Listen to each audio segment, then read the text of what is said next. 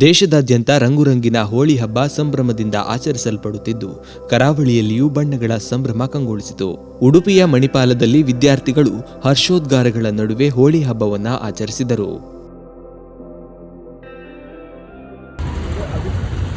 ವಿನಾಯಕ್ ಅಂತ. ಖುಷಿ ಆಗ್ತಾ ಉಂಟು, ಒಳ್ಳೆ ಉಂಟು ಎಲ್ಲ ಖುಷಿಯಲ್ಲಿದ್ವಿ. ಫ್ರೆಂಡ್ಸ್ ಎಲ್ಲ ಸೇರಿ ಈಗ ಎಲ್ಲ ಡ್ಯಾನ್ಸ್ ಮಾಡ್ತಿತ್ತು.